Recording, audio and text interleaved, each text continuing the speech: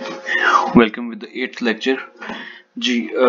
कल तक हमने जहाँ चीज़ को ख़त्म किया था वो ये था कि हमने कंडीशनल फॉर्मेटिंग को अप्लाई कर दिया। उसके बाद हमने इसके ऊपर ये कुछ सिनेरियोज दिए थे कि ड्रॉप डाउन लिस्ट कैसे बनाते हैं। ठीक है, अभी सपोज आप एक किसी इदारे का हिस्सा हैं और आप बना रहे हैं रिजल्ट किसी क्लास का, और आपको ये यहाँ पे आपने मार्क्स एंटर कर दिए, स्कोर एंटर कर दिए, और आपको इसका फर्ज करें कि ये डेटा किसी और फॉर्म में किसी और एग्जाम के लिए भी चाहिए और यही डेटा आपको दूसरी शीट पे भी लेके जाना है।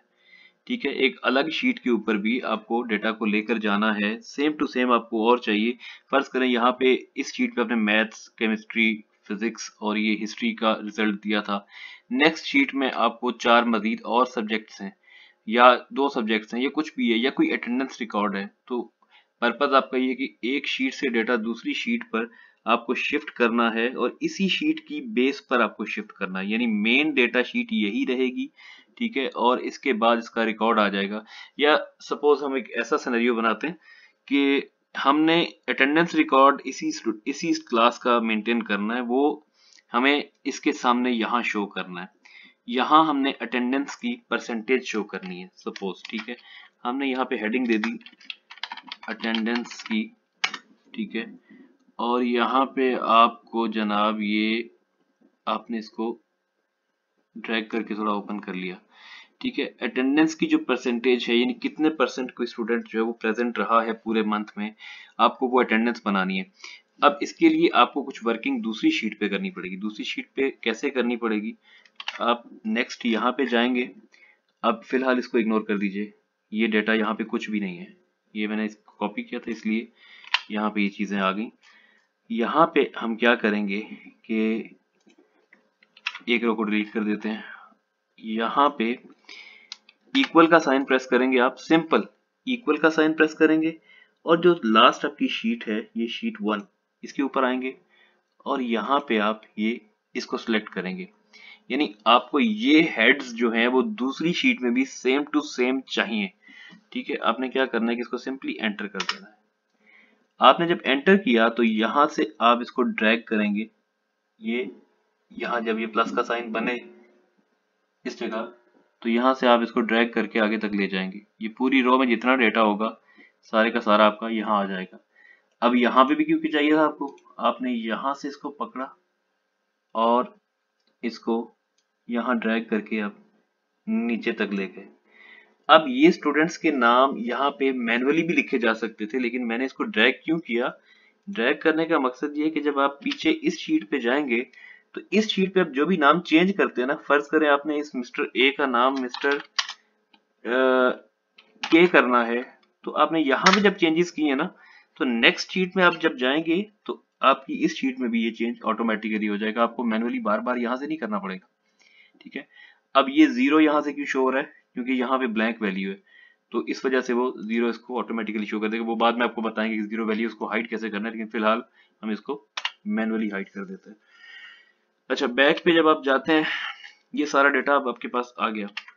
अब आपकी अटेंडेंस रिकॉर्ड चाहिए आपको, तो अटेंडेंस ऑब्वियसली मंथ में 30 डेज या 31 डेज या 28 डेज जितने भी मंथ होंगे, डेज होंगे, उस लिहाज से आपको उतना चाहिए ना। तो आपके यहाँ पे ये रिकॉर्ड आपको सब्जेक्ट्स का नहीं चाहिए।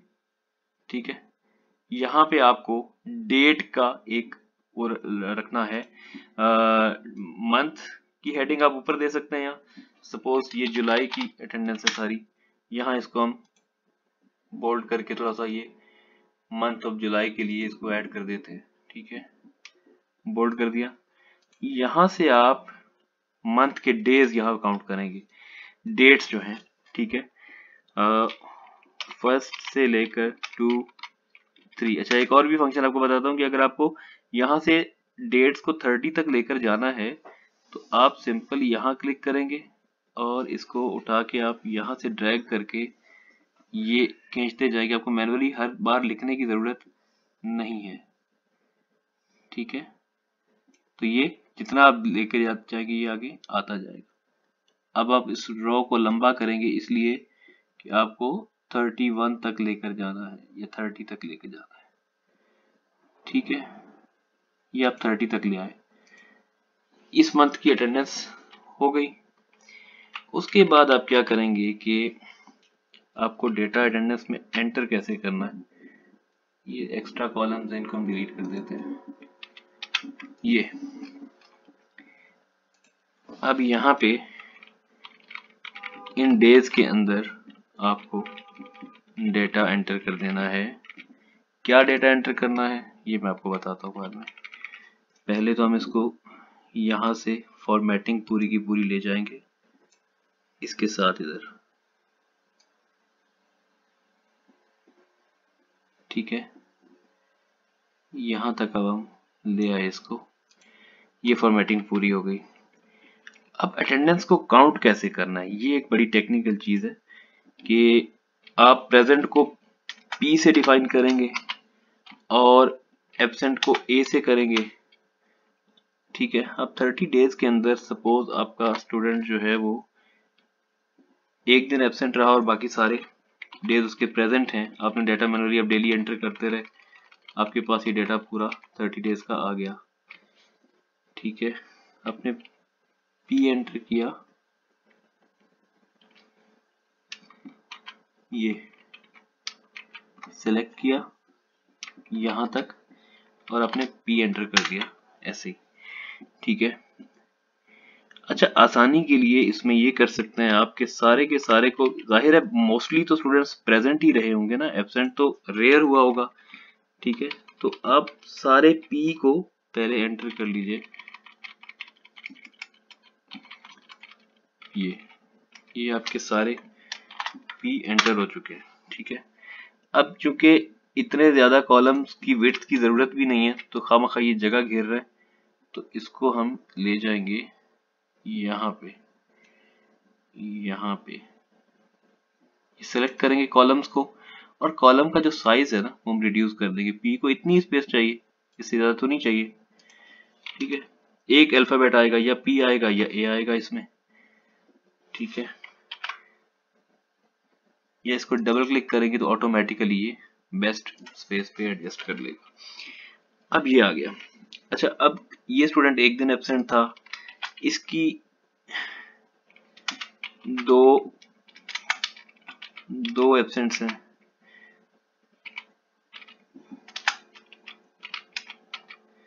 ये वाले की एक एब्सेंट है, इसकी 2 हैं,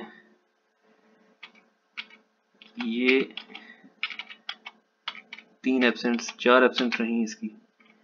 ये जो स्टूडेंट है ये 3, इसकी 1 एब्सेंट, इसकी 2 एब्सेंट्स। अब इसमें संडेज वगैरह वो बाद में देखेंगे, संडेज कहाँ कहाँ आ रहे हैं कैलकुलेट किए, ठीक है। और ये 2 जो है हमारे 100% प्रेजेंट रहे, ठीक है। अब यहाँ पे आपको वो कंडीशनल फॉर्मेटिंग जो मैंने आपको बताया था ना, वो यहाँ पे आप अप्लाई कर सकते हैं। यहाँ पे कैसे अप्लाई कर सकते हैं, बहुत मजे की चीज है यहाँ पर कि आपको जितनी भी एब्सेंट्स हैं वो आपको रेड में नजर आ जाएं।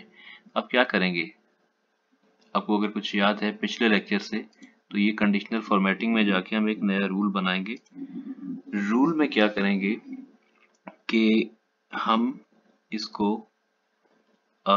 यहाँ सेकंड ऑप्शन चूज करेंगे और वैल्यू इज बिटवीन नहीं, वैल्यू को हम कर देंगे इक्वल टू और यहाँ लिखेंगे A, यानी अगर ये A है तो इसको क्या करो, इसका फॉर्मेट कर दो, थोड़ा सा सिस्टम स्लो है, इसको फिल कर दो, किस कलर के साथ कर दो इसको, सपोज ये कलर कर दो इसका, या इसका ये कलर कर दो। तो ये क्या करेगा, ओके किया, ओके किया। अब जहां जितनी एब्सेंट्स आ रही है ना उस सबको उसने A को हाईलाइट कर दिया, बाकी सब प्रेजेंट है, ठीक है। अब ये कितने परसेंट इसकी एक मंथ में प्रेजेंस रही और कितने परसेंट इसकी एब्सेंस रही, इसको काउंट करने के लिए यहाँ पे एक फॉर्मूला देना पड़ेगा। यहाँ पे ये देखिए, आपने ये कंडीशनल फॉर्मेटिंग से आइडेंटिफाई कर लिए, आपकी आसानी के लिए। आप नहीं भी करते तो नेक्स्ट फॉर्मूला पे कोई अफेक्ट नहीं होगा, ठीक है।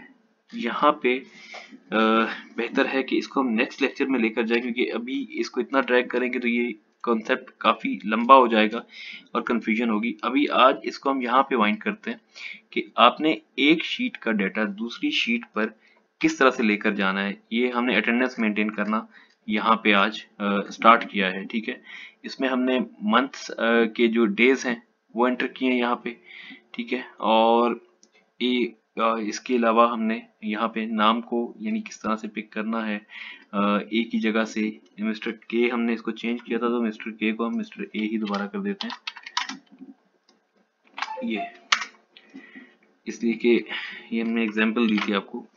तो ये सारा यहाँ पर यानी आपने डेटा दूसरी शीट पर कैसे पिक किया। आप कोई भी चेंजेस अगर आप यहाँ पे करेंगे इस नाम में, इस टाइटल में, तो यहाँ पे वो चेंजेस दूसरी शीट पे जाकर वो इम्पैक्ट करेंगी, ठीक है। इसी तरह से मल्टीपल शीट्स भी आप बना सकते हैं। यही डेटा अब 10 शीट 100 शीट जितनी भी चाहें उस पर, यानी डिफरेंट इंस्ट्रूमेंट्स हैं। अगर एक क्लास के एक में रिजल्ट है, एक में अटेंडेंस है, एक में उसके क्विजेज हैं, एक में कुछ है, तो वो डिफरेंट शीट्स बना के मेन शीट एक ही रहेगी, वहां से आपका डेटा जो जो भी आप चेंजेस करेंगे वो तमाम शीट्स में चेंजेस हो जाएंगी। आपको बारी बारी हर शीट में चेंजेस नहीं करनी पड़ेंगी। तो इसका मकसद ये होता है। अभी अटेंडेंस जो है इसको हम कैलकुलेट कैसे करेंगे, ये सारे एरिया को जो हमने यहाँ पे डेटा एंटर किया है इसको हम कैलकुलेशंस की किस तरह से करेंगे, और कितने परसेंट वो प्रेजेंट है, कितने परसेंट वो एब्सेंट है, ठीक है, वो हम कैसे आइडेंटिफाई करेंगे, वो हम नेक्स्ट लेक्चर के अंदर देखेंगे, ठीक है। अभी अगर हम इसी में इसको ऐड करें तो वीडियो बहुत लंबी हो जाएगी, ठीक है। वो लंबी चीजें, ज्यादा बड़ी चीजें जो बोरियत का एहसास देती हैं, तो हम इसको नेक्स्ट वीडियो में डिस्कस करेंगे कि यहाँ पे हम ये कितने प्रेजेंट्स हैं, कितने एब्सेंट्स हैं, वो काउंट कैसे करेंगे, उनका कंपैरिजन कैसे करेंगे, और उनकी प्रेजेंस की परसेंटेज कैसे निकालेंगे, और दूसरी शीट पे जो वापस वो वाली शीट है हमारी उसके ऊपर वो परसेंटेज डिस्प्ले कैसे करेंगे, उसको हम वहाँ पे कौन सी कमांड देंगे, तो वहाँ पे हर स्टूडेंट के अगेंस्ट उसकी प्रेजेंस की परसेंटेज जो है वो दिखा देगा, ठीक है। आज को जो लेक्चर है इसको यहीं पे वाइंड अप करते हैं और नेक्स्ट वीडियो में हम इस फार्मूला को यहीं से स्टार्ट करेंगे।